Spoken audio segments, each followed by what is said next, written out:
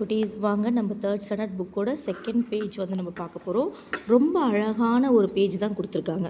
பொருத்தமான குறியீடுகளை சேர்த்து சொல் உருவாக்குவோம் அப்படின்னு சொல்லிட்டு.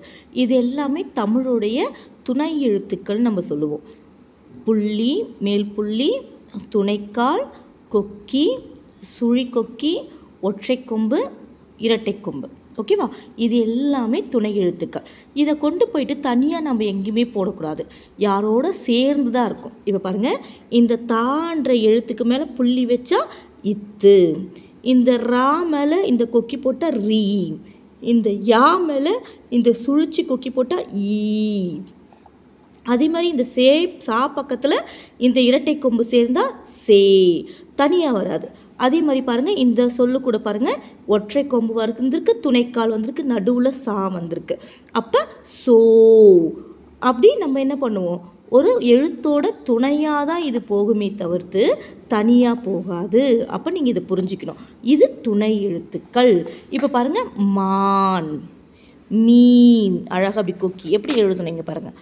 மா எழுதிட்டு நல்லா இப்படி அழகாக அப்படி கிட்ட போட்டிங்கன்னா அழகாக இருக்கும். சரியா? இந்த மாதிரி இல்லாமல் அதே மாதிரி இன்னும் போட்டுட்டு இப்படி பக்கத்தில் புள்ளி. ஓகே, மீன். அதுக்கப்புறம் பாருங்கள், விசிறி, விசிறி. அதே மாதிரி இங்கே பாருங்கள், காளான். கரெக்டாக எழுதியிருக்காங்க, ஆனால் அந்த எழுத்தோட வடிவம் பாருங்கள், ஒற்றை கொம்பு, நேர்கோடு, படுக்கைக்கோடு, அகெயின் ஒரு நேர்கோடு, துணை எழுத்து கா லா இன், காளான். அதுக்கப்புறம் செங்கல், சே இங் கா இல், செங்கல். இது ஒற்றை கொம்பு. இரட்டை கொம்பு, துணைக்கால், தி ரா இம், மோதிரம். ஓகேவா? இதே மாதிரி நீங்களும் உங்கள் புத்தகத்தில் எழுதிக்குங்க.